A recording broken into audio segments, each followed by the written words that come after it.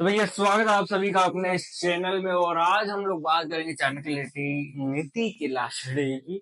और हाँ, दाढ़ी कहाँ गई, यानी सावन खत्म, यानी कि अब तुम लोग समझ सकते हो कि मम्मी मार मार के सुझा देंगे अगर दाढ़ी दिख जाती है मुंह से दिख जाती है तो उनको एकदम सही साट रहना पसंद है, एकदम ऑफिशियल रहो, क्लीन शेव रहो, इसलिए दाढ़ी के ऊपर ज्यादा प्रश्न न करते हुए आप लोग बताऊंगा कि आज हमारा भाई साहब 17वां और आखिरी चैप्टर है चाणक्य नीति का, और इस सीरीज का कि हाउ टू से क्लियरली।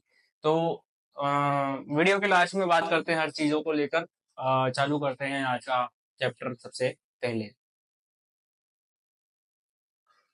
षोडश अध्याय। ज्ञान गुरु कृपा का पुस्तकम प्रध्यातितम नादितम गुरु सन्निधो क्षमा मध्य न सुवंते जार गर्वा इव स्त्रिया। आचार्य चाणक्य विद्या ध्यान के लिए गुरु के महत्व को प्रतिपादित करते हुए कहते हैं कि जो व्यक्ति केवल पुस्तकों को पढ़कर विद्या प्राप्त करता है, किसी गुरु से नहीं, उस व्यक्ति का किसी स्वभाव में अवैध संबंध से गर्भवती हुई स्त्री के समान कोई आदर नहीं होता। आशा यह है कि कोई भी विद्या किसी योग्य गुरु से ही सीखी जा सकती है। यदि कोई व्यक्ति केवल पुस्तकों को पढ़कर ही अपने आप को विद्वान समझता है तो यह उसका भ्रम है। ऐसा ज्ञान नीम हकीम खतरे ज्ञान ही होता है कि जैसे किसी गैर व्यक्ति से गर्भवती बनी स्त्री को कोई सम्मान नहीं देता, उसी प्रकार स्वयं पुस्तक से विद्या प्राप्त करने वाले व्यक्ति को विद्वानों के स्वभावों में कोई इज्जत नहीं मिलती। सच के साथ सचता तथा प्रतिगति कुजातम हिंसे पति हिंसनम तत्र दोषो न पतति दुष्टे दुष्टयम समाचरेतम। आचार्य चाणक्य जैसे को तैसा के व्यवहार के पक्ष झटता रखते हुए कहते हैं कि उपकारी के साथ उपकार, हिंसक के साथ प्रतिहिंसा करनी चाहिए तथा दुष्टों के साथ दुष्टता का ही व्यवहार करना चाहिए। इसमें कोई दोष नहीं है। आशा यह है कि जो व्यक्ति आपके साथ उपकार करे उसके साथ आप भी उपकार करना चाहिए। जो मारपीट पर उतारू हो जाए उसके साथ मारपीट ही करनी चाहिए। जिसके साथ ऐसा न करना जिस उसके साथ ऐसा न करना कायरता न भी हो, मूर्खता अवश्य है।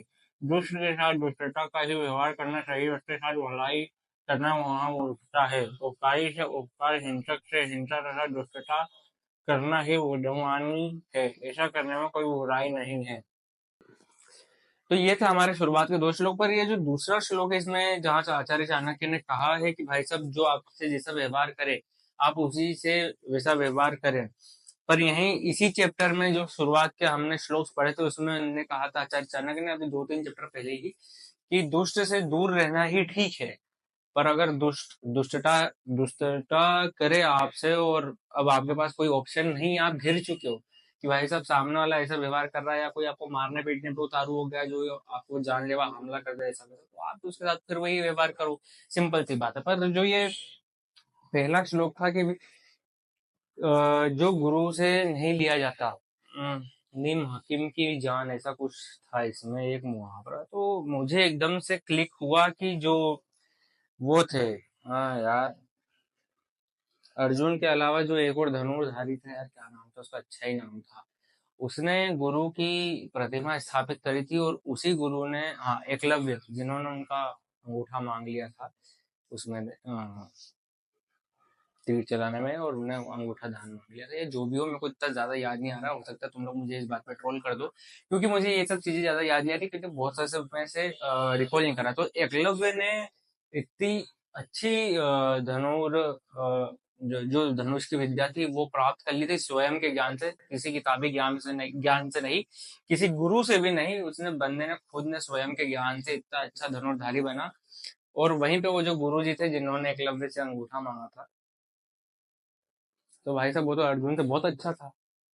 फिर इनमें इनने लिखा है कि अगर किसी ने किताबी ज्ञान से अगर चीज को करा है, हाँ, अब ये चीज है कि किताबी ज्ञान अलग होता है, प्रैक्टिकल अलग होता है। गुरु जो है वो अपना एक्सपीरियंस वगैरह शेयर करता है, ये चीजें सही है। पर कुछ विद्या जो होती है जो किताबों से ग्रहण होती है वो वैसी है। हमारे एजुकेशन सिस्टम में प्रैक्टिकल कहाँ है भाई साहब? हमारे स्कूल में लेबोरेटरी थी, हमारे स्कूल में कंप्यूटर क्लास था, बस हमको किताबों में ही पढ़ाया जाता था कि भाई साहब S2SO4 को मिला दो तो इसको मिला दो उसको मिला दो, और कंप्यूटर के नाम पर रैम रोम को रटा दिया जाता था, पढ़ाया नहीं जाता था। कंप्यूटर कब बना था, किसने बनाया था, कितना बड़ा होता था रूम, बराबर CPU होता था, मॉनिटर होता था, आप सब छोटे हो गए हैं।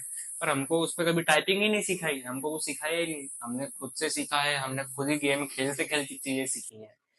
तो किताबी ज्ञान फिर ठीक है, कुछ जगहों पे होता है, जैसे डॉक्टर हैं, लॉयर हैं, इन लोगों को यार एक्सपीरियंस की जरूरत है। आजकल तो सभी को जरूरत है एक्सपीरियंस की, बात सही भी है।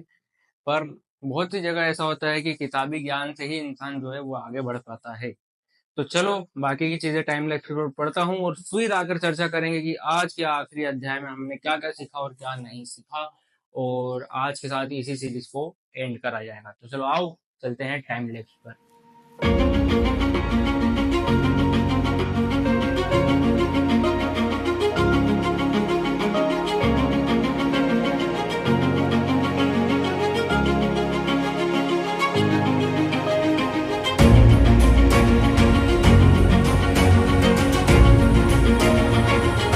हैं आज का आखिरी श्लोक और जानते हैं कि हमारे आज सीरीज के लास्ट वाले चैप्टर में क्या लिखा हुआ है। परम रेशम जागृति रेजताम नश्यंति विव दशताम संपदाय ईशु पदे पदे। ऐसा चाणक्य कहते हैं कि जिनके हृदय में परोपकार की भावना होती है, उनकी वो विफलताएं नष्ट हो जाती हैं तथा पग पग पर समृद्धि प्राप्त होती रहती है।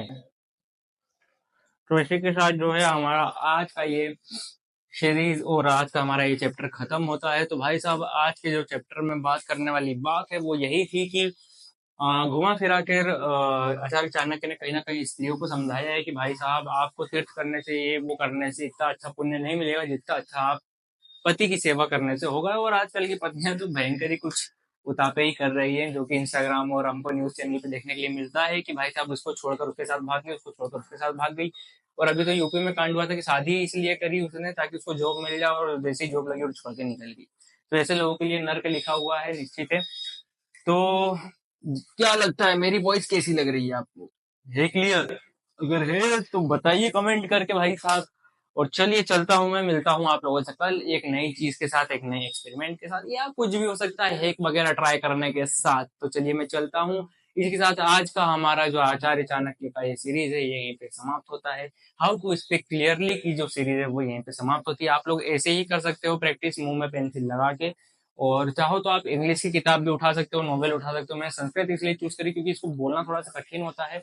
हिंदी में जो शब्द होते हैं वो थोड़े से बोलने कठिन हो जाते हैं, जो कि इंग्लिश में उतने ज्यादा नहीं लगते हैं।